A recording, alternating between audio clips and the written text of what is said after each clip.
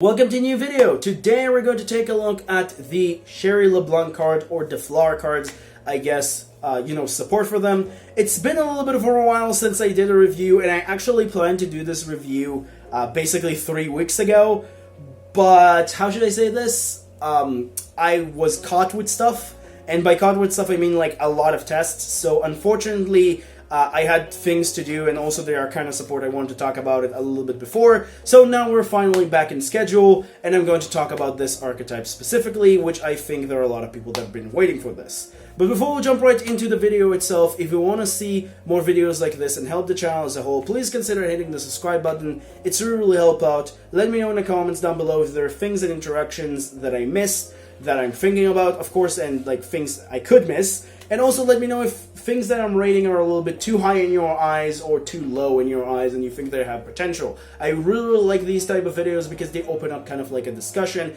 and I very appreciate all of your opinions, because I think they're very interesting to read and then just find out, maybe I was wrong about something and it's actually better than it looks.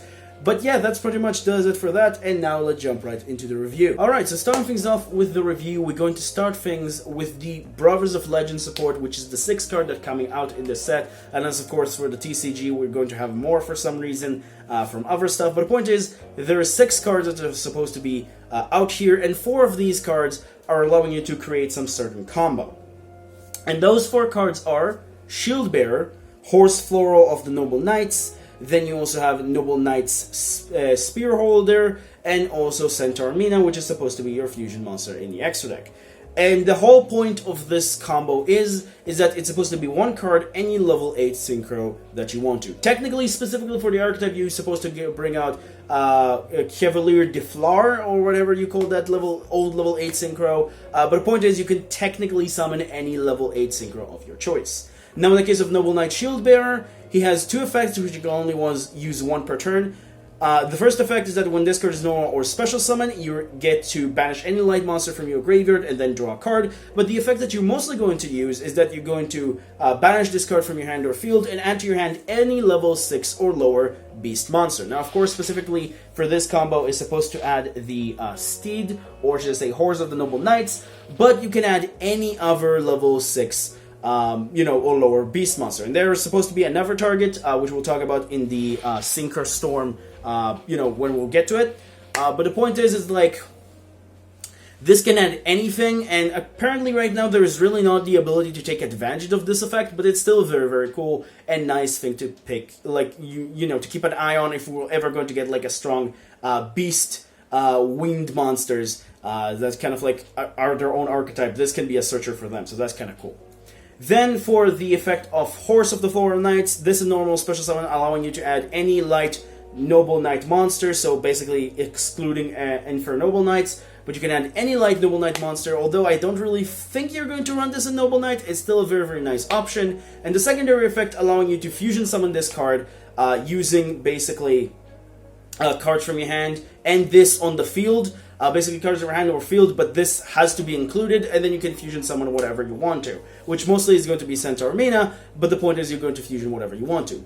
And with this card, you most of the time go to search a Spear Holder, because Spear Holder has 2 effects. The first one is the effect that you care about, which is basically allowing you to turn when normal and special summon any monsters at level 8 or lower into Fleur, Synchron, and treat it as a tuner, which is then allowing you to go into your level 8/10 Synchro, whatever level that you have specifically. And then the other effect is that this card can tribute itself and then add to your hand any equip spell from your deck to your hand, which is kind of cool. Technically, there is an equip for the archetype, which is mostly what you want to add, but if you are a Noble Knight player and you're trying to incorporate these in, this is definitely a nice way to search any equip spell that you want to. But the point is that you're trying to use the horse and this, before you summon this, to summon Mina, which Mina will allow you to basically during your main phase to summon the level 2 back Spear Holder, and then Spear Holder will turn it into a tuner, and then you can go into the Synchro, and then Centaur Mina, if it's summoned for a Synchro, used for a Synchro summon of a Synchro Wind Warrior, you're able to pop 1 monster on the field for your opponent. And the other effect is, which is the first effect, is that if your opponent activates a trap during your turn, as a quick effect, you can negate it and say that to their side of the field, which is kind of a very interesting effect. It's kind of like High King Genghis, but worse. But, yeah, it's still nice that it's there, I guess, for some interactions. Regardless, the entire combo is supposed to go as such, if you haven't figured that out. You use Shield Bearer or the Horse if you already have a horse in hand. You use Horse to search the Spear Holder. You use the Horse and the Spear Holder to fusion summon into the Mina. Mina summon back the Spear Holder, and the Spear Holder turn Mina into a level 6 Fleur synchron, and then you synchro summon into any level 8 synchro monsters that you want to off one card, which is kind of really cool. I'm going to give all of this package 3 stars. I think it's a very, very cool package and very, very interesting. I don't think it's like insanely amazing package. It's not like, you know, Remus Legatus kind of combo that they're able to do without even normal summoning, bringing out a Crystal Wing Synchro Dragon without even normal summoning on your 5th summon, but it's still very, very cool, like kind of like a mini combo that you're able to do to bring out any level 8 synchro of your choice. So I think that's very, very nice, and I like it quite a bit. Next up, for the last 2 cards, we have 2 field spells for the Brothers of Legend support. The first one is Ecole de Zone. I'm hoping I pronounced that correctly. And this one, as a hard once per turn, when one monster is exactly summoned to player's field, you get to pop that monster, and then you get to summon instead of it a tuner, or should I say, like, not a tuner, a mask token, which is a level 1 spellcaster, which is dark, and has the same stats of the destroyed monster. And of course, if this leaves the field, you destroy basically the tokens. I'm going to give this card 2 stars. I think it's pretty cool. It has some potential. It's not insane, but the point is the cards actually have potential in some particular decks that like destruction. I don't think I'm going to play this in my what it called Unchained, even though it's actually kind of fascinating to do, because it's like a free pop without any effort to your monster, so it's technically kind of interesting. But the point for this card is that it's allowing you to destroy your cards for Fleur archetype that actually want to get popped, that you don't really have normally the effects to pop them. Like, there are some cards like the level 1 dark plant monsters that want to pop itself to summon one of your bigger monsters that have a very nice effect, which I don't remember the name of it, which want to get popped, but this specifically can help it get popped. Now, I'm going to say, like, now, again, it's only a 2-star because I think this card is, like, it's a little bit requires so much, but it's still very, very cool, and it's definitely better than the other field spell, which is Soul Binding Gate, which this card is a 1-star garbage card. This card needs to be only used if you control, can only activate this card if you control no monsters, and a spell trap card you control was destroyed by a card effect this turn. Very specific. And then during your main phase, if exactly one monster whose attack is lower than your life point is summoned and zone is in your graveyard, destroy that monster, and if you do, take 800 damage, and then you deal the same amount of damage to your opponent. Dumb. Very, very dumb card. 1-star. Zone is not really a good continuous spell, is not really good card in general, and just having something that really depend on it will not help it being a good card. So this card is not also, like, it's also kind of bad. So yeah, this card is garbage. I'm sorry to say that. I love the art though, but the card is terrible. Don't play it. Ever. The previous field spell, you could consider. This one, don't even think of picking this up. This will not work. Trust me. But that does it for the Brother of Legend stuff, and now we're going to look at the so-called Synchro Storm support, which is kind of actually really cool, and I'm kind of bummed that they delayed this because we have some very, very cool cards to talk about. So, for the first monster for Synchro Storm, we have Sage de Fleur, which is technically a part of a package, I guess, but it's not really a package. It's kind of like a card that just flow really, really well with the 2 other monsters in this particular, Synchro Storm set. And Sage de Fleur has the 2 following effects. The first one is that you get to target one monster you control on one card on the field, and can be any side of the field, even your opponent, which is kind of cool. And then you get to special summon this card from your hand, and then you get to pop those 2 cards. So basically, let's say you have one monster you want to pop and you want to get rid for one of your opponent monsters, you basically have that freely, so you're able to pop one of the cards that you want, and then you also pop something for your opponent. You can even pop 2 of your own cards, which is very, very cool, but the point is that it's probably going to be like 1-for-1 kind of like effect with this special summon itself out of the hand. Now the other effect is that if this card is sent from the field to the graveyard, you get to shuffle one monster from your graveyard into the deck, and then you add from your deck to your hand one level 1 plant monster, which is very, very cool because there is a specific plant level 1 dark monster, which I forgot. This is kind of like supposed to be specific for this archetype and also works while you pop it. So this is kind of like the way for you to add it to your hand, I guess, or another one, which is very, very cool. I like this card quite a lot, and I think specifically it's better than the field spell Dezone. But, you know, it's really, really depend on what you want specifically. Because Dezone only, like, when you summon one monster, and only once per turn. This one is basically, yes, sure, it's a hard once per turn, but you can use whenever you want to. So I think this card is overall better, and I like it quite a bit. Then for the next monster, White Steed of the Fleur Knights. This one, it's an interesting one. Basically, it has a battle phase effect, which I don't care because I never really found myself even using it once, but the first effect is actually kind of good, and then if you control a level 2 monster, you get to special summon this card from your hand, in defense position. So this is supposed to be the other card that Shield Bearer is supposed to search. You're going to basically search this will special summon itself with the other level 2 that you have, and then you will be able to go into either a synchro play or whatever you want specifically, which is definitely really cool. And it's kind of like supposed to help you, like, you know, this is supposed to be for your other line of play that Shield Bearer allowing you to do, because it's allowing you to search this for Necro Synchron, which is like the card that like supposed to help you with the other line of play, which is kind of cool. I'm going to give this one 3 stars as well. I think this card is good. I don't think it's insane. I'm not sure what deck is going to be played regardless outside of this. It's still level 2.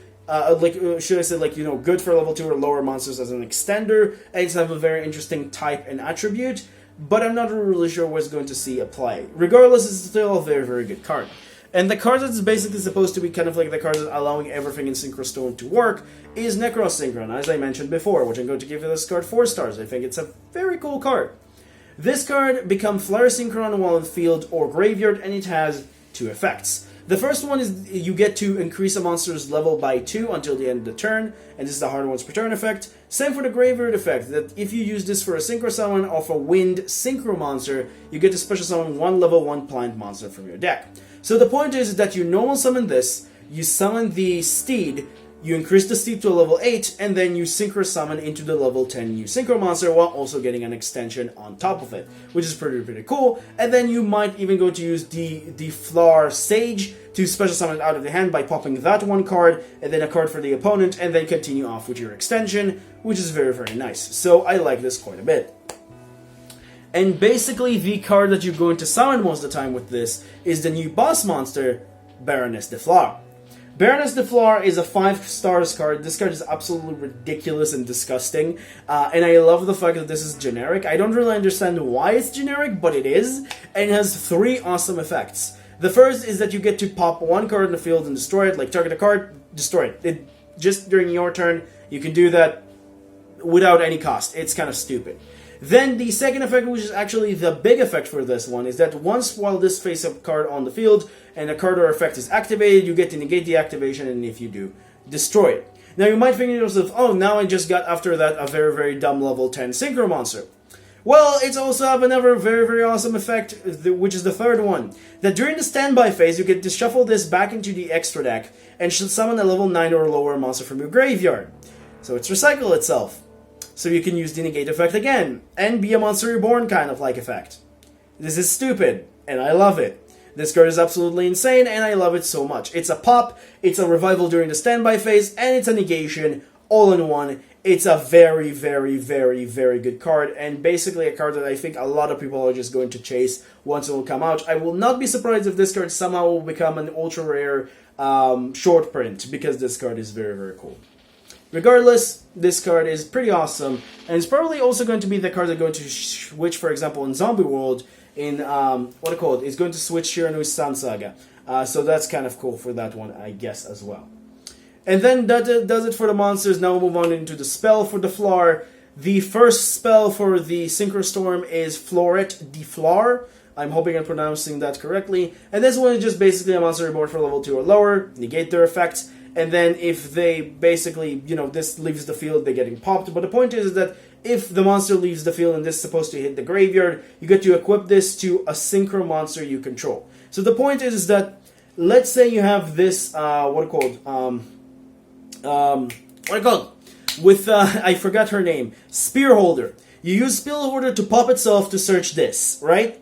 Use this to revive the Spear Holder, then you synchro summon to a synchro level 8. This is supposed to hit the graveyard, but after the chain will end, you equip it to the monster, and that monster will get an additional 700 attack, which is kind of cool. I'm not saying this card is insane, but it's still a very, very nice card. It's a 2-star card. It's definitely just a one-off. I'm not sure like how much this is going to help. It's more of like, you know, you search this for later, I guess, as a Monster Reborn, but it's still a very, very nice sizable boost, which is sometimes can help you in OTKs. So, you know, it's kind of nice. Then for the other spell, Synchro Dilemma. Now this one's actually kind of interesting. This one allowing you to send one synchron monster from your hand or face up from the field to the graveyard to special summon one monster from your hand, or you get to target one other monster you control, destroy it, which is actually pretty good for some of the monsters you want to destroy, and then you get to special summon one synchro monster with a different name from your hand or graveyard. So basically, let's say you destroyed with this Necro synchron, you technically cannot summon Fleur synchron because this does count as Fleur synchron in field and graveyard. So that's the only downside for this card. But regardless, it's still a very, very nice card because there are some cards for this archetype, which I forget their names, that like to be popped, and then you get the effects for this. So I'm going to say this card is a very, very nice 4-star card. It's just allowing you to just switch cards around depending on what you wish specifically for the situation. I think it's very, very cool, and I think it just helped the archetype consistency quite a bit. I'm not sure that this card is like insane, but it's allowing you to do some very, very nice effects. It's also, I believe, it's kind of like a synchron support, so that's also very, very nice for synchron decks as a whole. And then for the last card, and the worst card, in my opinion, in this support, Revered Banner of Revolution. This card is trash, because you get to set Liberty at Last. Basically, or should I say, sorry, add Liberty at Last from your deck to your hand if a card you control is destroyed by battle by card effect. Not set it active this turn. No, add to your hand. And this is a trap. And secondly, if a synchro monster battle opponent monster, you can destroy the opponent battling monster. Which is, I guess, okay. And then the other effect is that if this card is going to be destroyed in a spell and trap zone, you can destroy one monster you control instead. Instead of this being a protection to your monster, no, you use your monsters as a protection to it. Sure, I'm going to run this card. This card is not good. Liberty at Last is not a bad card per se, but there's so much setup for this. Because, like, you know, your opponent knows that Liberty at Last is coming, you have a card to be destroyed, it's only added to your hand, the protection is kind of garbage, the only decent effect is, like, you know, you attack something and get destroyed, regardless. I'm going to give this one 1 star. I don't think this card is going to be played ever. It's just a card that just I'm looking at as, like, I'm kind of disappointed. I love the artwork, and it looks cool, but it's just very, very disappointing. But that's pretty much does it for all of the Fleur cards revealed currently, unless, of course, we're going to get more. We got through all the 13, and honestly, I'm going to say this right now, I don't think this deck is, like, the most amazing thing in the world, but it's definitely very, very fun kind of, like, idea to kind of just give this a little bit of synergy with some other archetypes as well, that kind of just supposed to give it, you know, the power that it needs to work. I think it's just going to be a decent rogue option, not like, you know, rogue competitive option, just rogue option like tier 3 type deck, 3 stars on this one. I might specifically not going to pick this up, because I'm not sure I'm really interested in that style. I've seen a lot of decks that kind of like play like this. I'm not sure I'm super interested in it, but I definitely think it's kind of cool. I do say, however, that everybody in their mother is going to pick up Baroness de Fleur, because that card is insane. But regardless, this is a very, very cool support for an archetype. Like I said, I don't think it's like the best thing in the world, but for an archetype that kind of didn't really exist, to have something that exists and supported, pretty good. Pretty good. You should pat yourself on the back, Konami, for this work, because you did a pretty good job. Some of the cards are terrible, but most of them are quite fine and playable. But that's pretty much does it for the review, and then next week we're going to probably do the Lyrilusk review to basically finish the Synchro Storm reviews to set that out there. I wanted to finish these a little bit earlier, but unfortunately I was with tests and stuff. And after that, we're going to talk about the Dawn of Majesty preparation for the upcoming Dawn of Majesty stat in August. Now, specifically, I already spoke on Magic Key, so if you want to check those out, you can, like the Dawn of Majesty support for them. But the rest of them, which is Sushi, Despia, and the new TCG exclusive, which hasn't been revealed yet, I want to talk about these before Dawn of Majesty, if they will be interesting enough to talk about. But that's pretty much does it for the video. Sorry for the long outro. I think it's kind of like needed because it's been a while since I did these videos. But yeah, that's pretty much it. Remember, creativity is the key in this game. Have a good day, stay safe, and I'll see you in the next video. Bye-bye.